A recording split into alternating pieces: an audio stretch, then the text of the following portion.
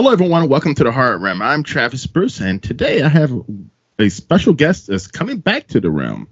I have with us horror author Zachariah Chamberlain, and he's back today to talk about the second edition of his book titled We Came Bearing Curse. Zachariah, welcome back to the Horror Realm.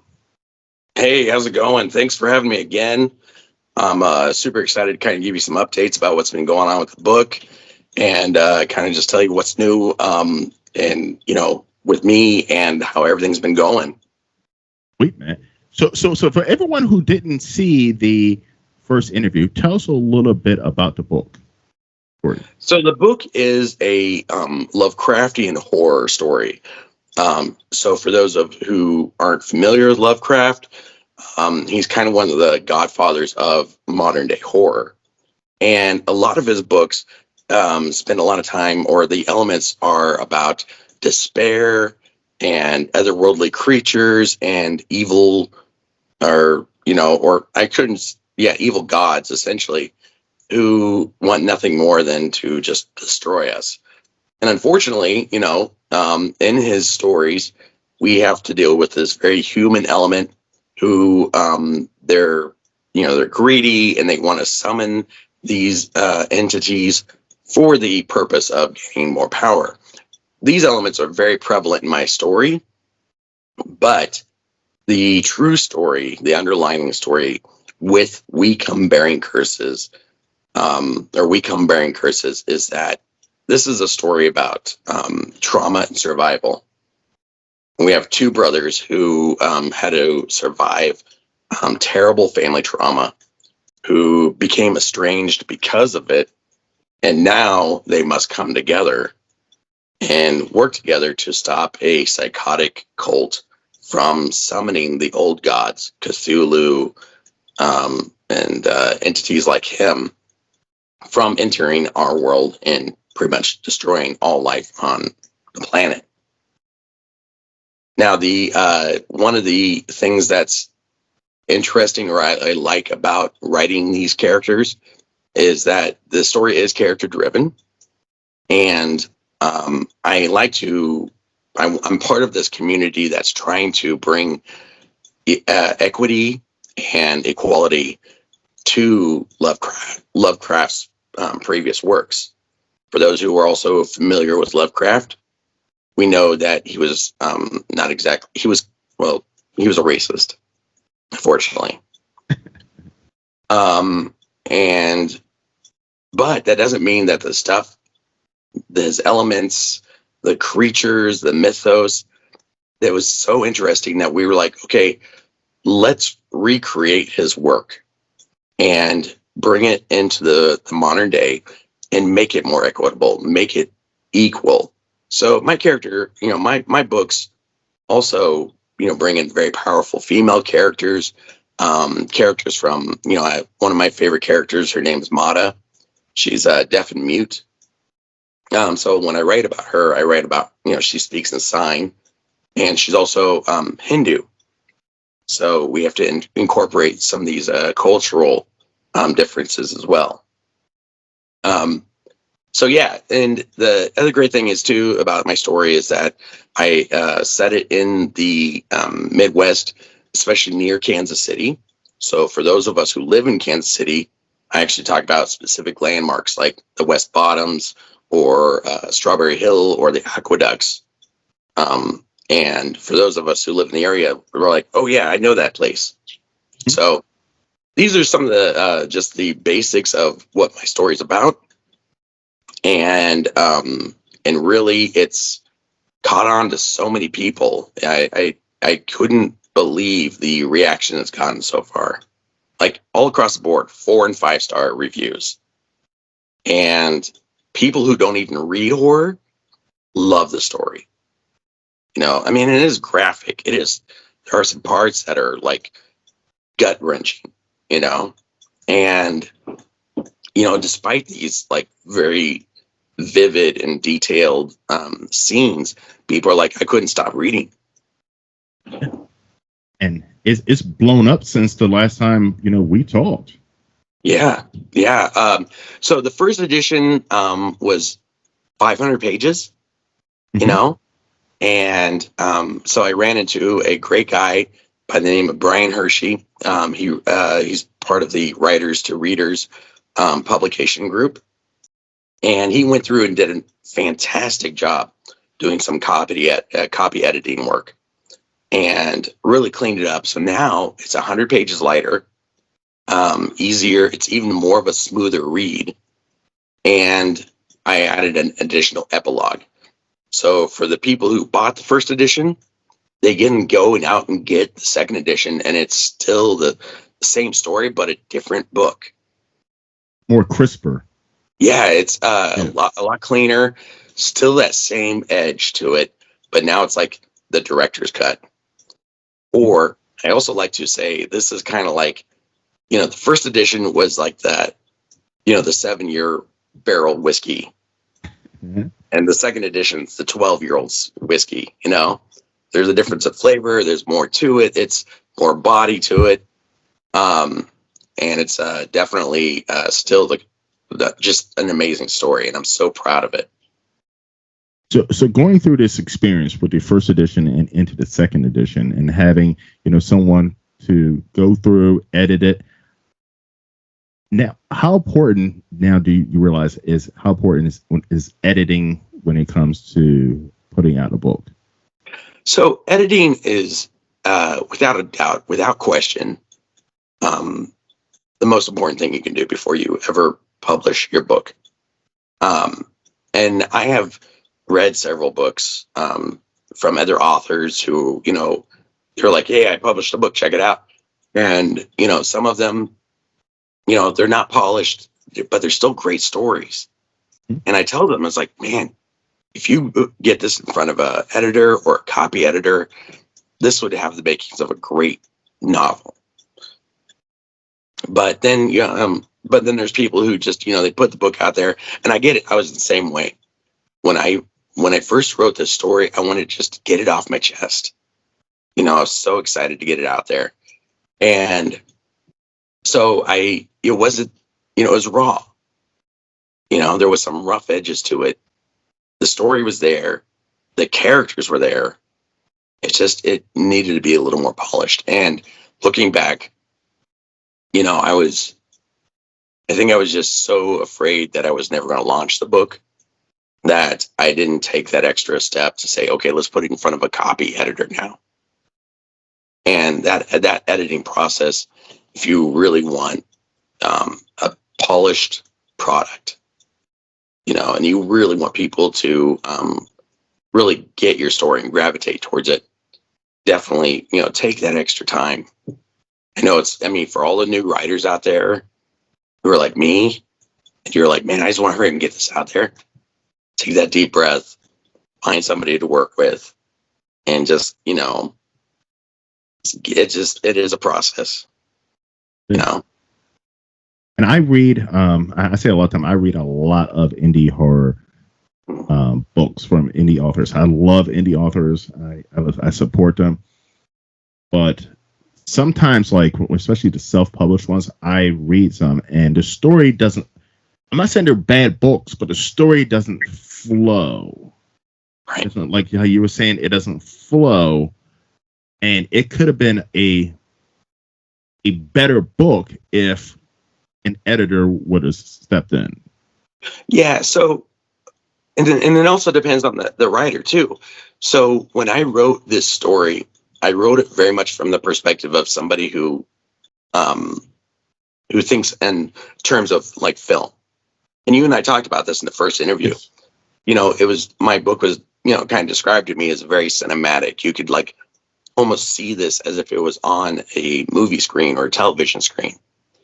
And that works really well for TV and movies.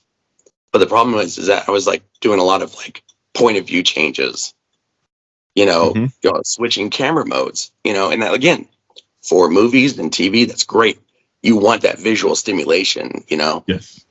But for books, you need to slow down that action so that the reader can get in all those details and stick and be able to follow the action, as opposed to the ping pong effect or the pinball effect. Mm-hmm. they kind of And visually illustrate it in our minds. right, and it takes a little bit longer, Hmm. but you also want to have that ability to like just kind of like picture the full scene.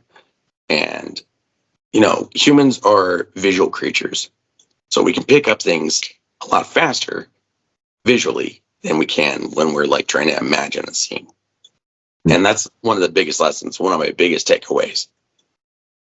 The other big takeaway is if what you're writing doesn't move the story or give the reader more information about a character, there's no point to it. Get rid of it. And so there was a couple areas where I was like, okay, you need to trim down this chapter. And that was the other thing too, is that the first book had 15 chapters, and they were thick, chunky chapters. The reader these days, we're talking about people who are busy. They need to like take a moment to stop reading so they can go take care of their kids or make dinner or whatever. They need small chapters. Yes. Yeah, life. So I broke it down from 15 chapters down to like 41. So it's much easier to read, much more polished, altered some of the chapter bits around so that the flow is better. And if I didn't have that, that perspective of the copy editor, somebody who's a professional writer and reader, then I would not have been able to put out the work that it is today. Yeah. And like you were saying, it's best to stop and slow down. I mean, and that's something even I had to learn with my YouTube channel. At one time, I was just rushing through, and I wasn't going necessarily through the editing process as well. And yeah, you're putting something out there, but like you want to put the best version of whatever your project is out there. Exactly. And I'm kind of looking back on it. Writing these stories for me is very much like therapy. You have to put in the work, and people who ask me about the story, I tell them, really, this is an expression of my life, my recovery, trauma, healing, all that. And the thing is, you can't rush through therapy. Right. You have to slow it down, trust the process, and do the work. It's a marathon, not a sprint. Exactly. Yes. Now it's funny that you actually bring that up, because I've talked to a lot of horror authors, and majority of the writing, like you said, is therapy to them, and they put a lot of their own traumas, their own insecurities in their work. And I find that interesting and amazing, because like if you think about it, we all have our own horror stories, our own stories where we felt insecure or we failed. Each and every single one of us have them. And I actually think, individuals who are horror writers, who do have those stories and put them in there, it shows in the work, and it actually makes it a better story. Yeah. So, sorry. Excuse me. So, one of the things, somebody was talking about how they let somebody else read their work, and the person who read their work came back with, "You are a messed up human being." And they didn't mean it in a compliment. Like, I've had people read my work and they're like, "Dude, that scene was really messed up, but I loved it." Yeah. Like, it was a criticism of that person. And I actually would say I totally disagree with that. People who write horror are opening themselves up. They're taking a moment to actually, like, they're creating these horrific scenes. They're doing these they have characters going through horrific stuff. But a good horror writer wants their characters to survive. They want their characters to believe that there's hope. That no matter what, like the final girl in all your horror films, we Yes. are rooting for that character. Mm-hmm. You know, yeah, we also like the bad guy, but you know, we always root for that final girl or the final guy nowadays. Yes. And so it's kind of like saying, it's like, yeah, I'm putting this character through a lot of horrible and painful events, but my empathy, my desire for this character to live, my compassion, ultimately, makes me want to create a moment where I can like ease the suffering. I would say that people who write horror have the capacity to be more empathetic than people who, you know, read it sometimes. Yes. And then also, like, it is therapy. So, for instance, right now I'm working on the sequel to We Come Bearing Curses.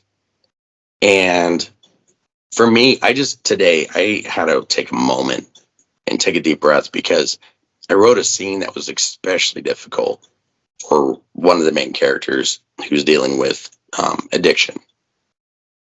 And as a recovering alcoholic, I had to write what possibly could go wrong, like what I could possibly lose if I gave into my addiction. Mm-hmm. And so I had to write that out in a scene. And it was painful. You know, it was painful for me because I had to think about what is the cost of not dealing with trauma, with not getting the help that we need. And that to me is more horrifying than any old god coming to our earth. Yes. Because I mean, failing yourself is, I mean, like you said, failing yourself is horrific. Yeah. It is sometimes worse than death, you know, just failing yourself, the people who you care about, and letting them down. Yeah. I mean, when I wrote We Come Bearing Curses, I, in my head the whole time, I was thinking, okay, what is a 10 out of 10 horror story? What is this most frightening thing I can imagine happening to somebody? And so, of course, I have to put myself in those positions. And a lot of the times I'm putting myself in positions where I could have failed, or, you know, things that I would never want to happen to my community or my family. And so, yeah, there was a lot of that, putting myself out there in that sense, making myself very vulnerable, which I think is like why I think the feedback I've been getting has been so rewarding, is that I made myself very vulnerable with this story and people loved it.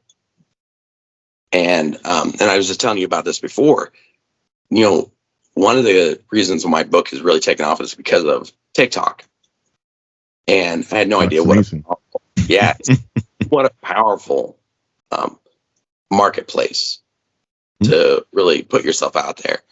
And I had this fantastic group of fans who discovered my work and just ate it up. They loved it. And a lot of them weren't even like avid horror fan, you know, horror readers. They don't watch scary movies. They're like, yeah, I'm gonna pick up your book because I've heard some really great things about it, or they just wanted to take a chance on it. And, you know, and I will admit, I did market something like this. I was like, hey, if you like Supernatural with the Winchester, you know, yeah, then imagine that, but much more extreme. Mm-hmm. And I mean, it was a great selling point. And Mm-hmm. a lot of these people, a lot of these fans, you know, a lot of them read romance novels. You know, they like the fluffy, or, you know, they like the stories and with that kind of risk.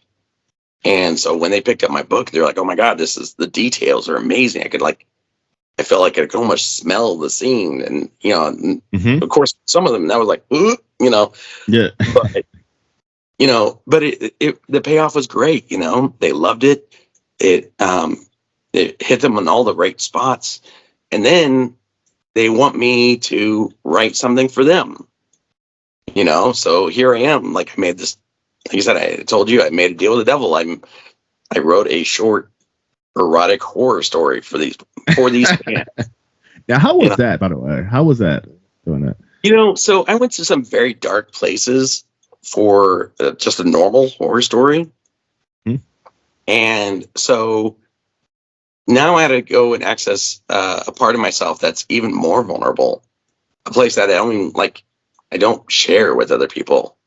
Like I was like, this is bedroom stuff. I don't talk about my bedroom stuff with other people. There's some stuff I don't even like. I'm not going to talk about that with my wife. Even that's basement stuff. Dark basement stuff, and I'm having to pull this out. I'm having to excavate this to put it out on, for this short story. And 5,000 words, and and so I read like part 1 of it last weekend, right when my voice got all nice and gravelly, and they were eating it up, loving it. So I'm very fortunate to have the fans I do, because they are very passionate. So sorry. Very passionate, ravenous readers. And they tell, anytime they find a good book, they go out and they tell the world about it. That's great. It is. It's been amazing. It's been a great experience. Well, what's great too is, for any creator, I don't care if it's a YouTube, podcast, author, movie maker, you have your target audience. But the creators who make it big are the ones who are able to get that crossover audience. The people who normally wouldn't read, watch, purchase your genre, and now you're getting new fans.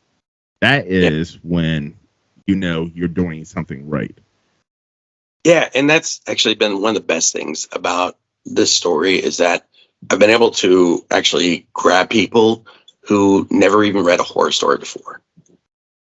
That this was their first horror novel, and to me that's huge, that I be that guy who was like introduced them to horror stories, and they loved it.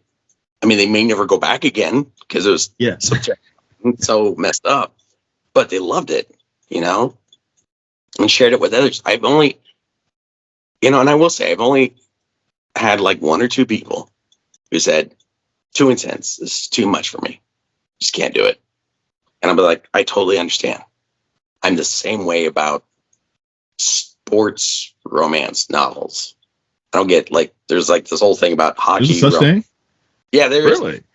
There's so many subgenres to romance novels, stories. I had no idea. Even more than I think horror stories. Really?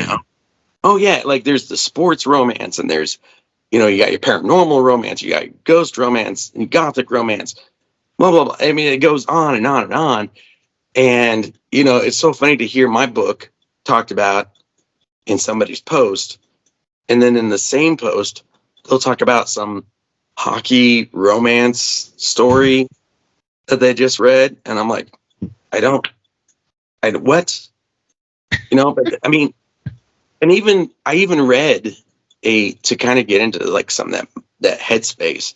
I read a story called Butcher and Blackbird, which is a psychological romance. Premises that 2 serial killers fall in love. Oh, that's nice. Yeah, I know, but they're serial killers who they hunt other serial killers, so they're not okay. irredeemable. They're vigilantes. Like Dexter, yeah, very much so. So it's like Dexter, but with a romance twist. And so I started reading. I actually started listening to that, and for 3 quarters, I couldn't finish it. I just couldn't, and it has nothing to do with the story. I think it was just I know what I like. And at some point, there was a point where in the story, I was like, all right, I'm done. And then that's how it is for people who read my stories too. Yeah. Pick up my book, read that first prologue, and if anybody's read my stories, this book, that prologue is rough. I wanted to set the tone. The prologue is the tone. Yeah. And I've had one person go, I read your prologue, very well written, love the way you write, couldn't do it. I was like, fair. It's very fair. But that's good because, I mean, listen, at the end of the day, we all have different tastes. Not everybody, even when it comes to horror, like not everybody likes every type of horror. Right. And you can still respect that type, that subgenre of horror and not bash it at the same time. Oh yeah. Like, for instance, I'm not a fan of splatterpunk. I know that. Either. Yeah, it's just not my thing. And there is certain qualities about it that I'm like, that's very interesting. It could be, and it can be very well done. I've read excerpts where I'm like, that's very well written. But it's like, to me, I just can't do it. And it's just not my thing. And that's all it is. But at the same token, no, I'm also like not into gothic horror. Like every now and then I'll pick up a good gothic horror story that I like. But, I love Edgar Allan Poe, don't get me wrong, but I have to take him in doses. It's a lot. It is. But like you said, every genre, there's stuff that you're going to like really gravitate to. And then there's stuff that you're like, meh. I mean, even Spider-Punk, there's one or two books that I enjoy. Do I like it as a whole? Not really. I mean, it's not my cup of tea. But I can respect that there's still some, I do look like this. But it doesn't mean I like it as a whole. But, yeah, I mean, even when it comes to, I think we talked about this last time, even when it comes to horror movies, like my taste has changed over the years. Like I used to love over the top blood and guts and all that stuff, but now I still enjoy that stuff. But now I enjoy more character development. You know what I mean? I like to be invested in the victims and who they are. I like to also be invested in the villain. I need a backstory about the villain. I can't just watch a horror movie and there's some guy with a mask on killing people and there's no backstory, there's no rhyme or reason why he's doing it. Right. I mean, and it's funny because like in my book, one of the fan favorites, because I always ask everybody who's ever like come back and said, hey, I love your book. I said, oh, great. Who's your favorite character? That's the first thing I want to know. And ironically or strangely enough, most of the people love one of the villains.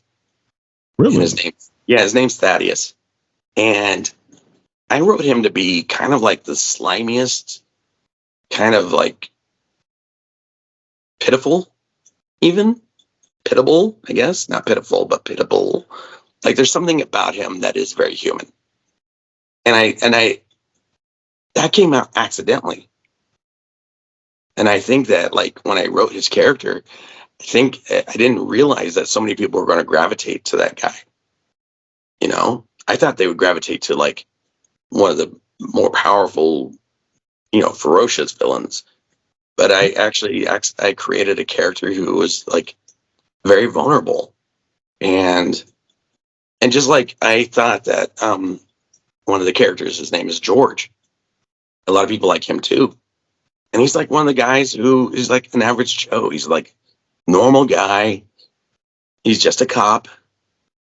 And people like him more than a lot of the other characters. I'm like, okay. And it surprised me. But then after a while, like after I step back and like kind of think about it, I'm like, I get it. These are the people who you can relate to. Yeah. The most. I mean, even speaking like even of a movie, the last Texas Chainsaw Massacre movie that was released on Netflix. Not a fan of the movie, by the way. Yeah. But the character that I related to the most in the movie, which is completely odd, and I felt bad for him, and I liked his character, was the crazy redneck guy who had the guns and the pickup truck. I'm not a redneck crazy gun guy with a pickup truck, but I related to him because compared to the other characters, he was just a normal guy, and he was just trying to do his job. He help out, and I related to him more than I did the privileged rich kids that were in the movie. So in the movie, I related with the redneck more than the rich black dude who was walking around. You know what I mean? I relate more to him. Well, and it's kind of so the movie You're Next. Yes. Okay. Great movie. And one of the reasons why it's such a great movie is because the final girl, everybody was like, yes, that's who I would be in a horror film situation. All these other fools running around doing nonsense. Yes. And then you have this one character who's like, I know how to survive this. You all got to listen to me, And we're like, yes, that's the person that I would follow that person to hell, And it's because we could all relate to that character. And I think that that's the beauty of this book is that there are some characters that I don't think there's necessarily a single character that people couldn't relate to, except for one or two throwaway characters, Yeah. But there was a lot of characters where people were like, I like your character driven work because we could relate to all these people. We could see ourselves in that position. That's so important. And I feel like horror creators, authors, even filmmakers, they forget that that's important. I mean, that the character development is so important, even in horror. And they think it's all about the violence, the blood and gore. That is great. But if we don't care about the characters, it's just blood and violence and gore. And that's not fun. No, I mean, and I guess it's one of the cool things about working with Brian, who was the copy editor. He even gave me some notes about that. He's like, you wrote about this character and then you kind of dismissed him. You killed him off or you did whatever. He's like, I want to know more about this guy. This random character that you throw in there. You put his name out there. Why is he important? And so I had to go back and kind of write a little extra, a little more, introduce them a little bit more and so on and so forth. Because he's right. I was like, I introduced a couple of characters and I give you the names. It's if you're not going to tell anything more about the character, then really there's, you're like, oh, hey, it's John Smith walks into the bar. Why should I give two shits about this guy? Exactly. Tell us a little more about him. Make us sad that this character lives or dies or something good or bad happens to him. Yeah. So yeah, it was, like I said, it was a great learning experience. And I hope that, and it really, oh my God, it puts the pressure on for a sequel. Always good. Now, that's a question I have to ask you. Now, with the success of your first book, the pressure is there, man. Now, how much, because you went deep into yourself to create the first book. Yeah. How much deep are you going to go this time around? So I've been in recovery for complex post-traumatic stress for nearly a decade now. So I got to the chance to really pull on my experiences. I had to pull on my experiences as the first time I recognized my trauma and what it was like to say, oh man, I got a lot. There's something going on here and I need to work on this. And just recognizing it's just the first step. It's like saying, the first step to, you have to admit you have a problem, right?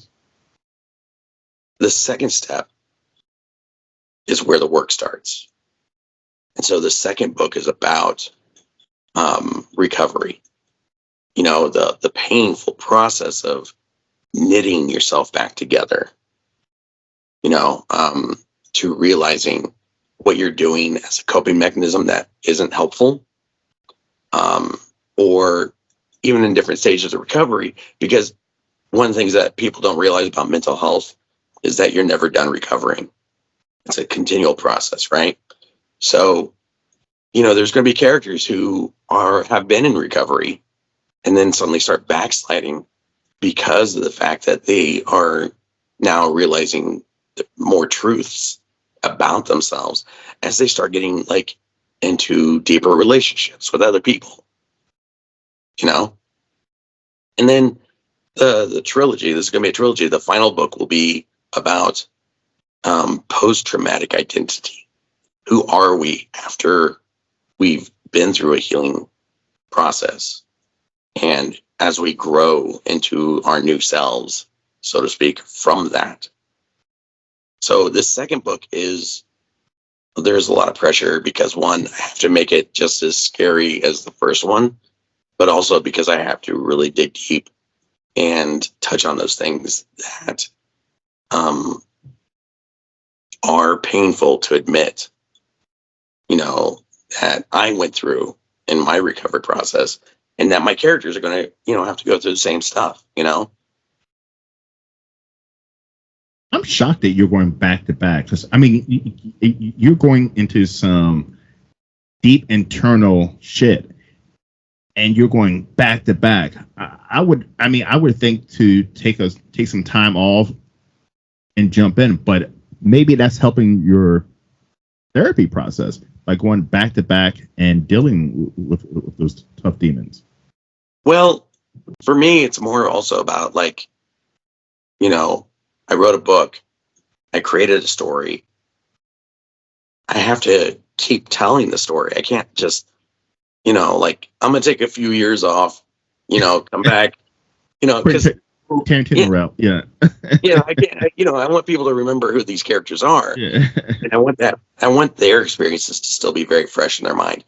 But I also need my experiences as well to be, I'm unraveling some stuff. I'm pulling out, like I said, I'm excavating some powerful emotions here, but I need those emotions and those feelings to still be fresh for me, and I'm not like opening up new wounds or even opening up old wounds, really.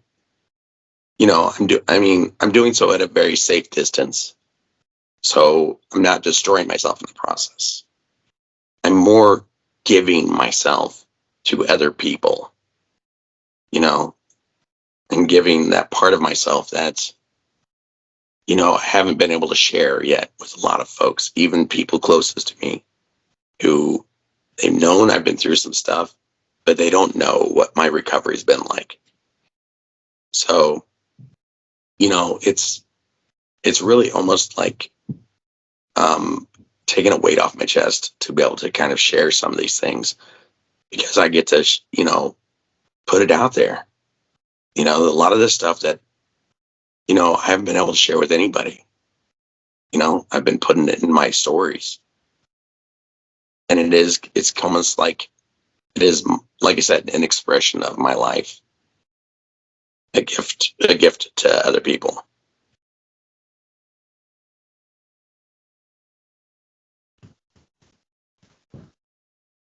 Where can everyone find your book?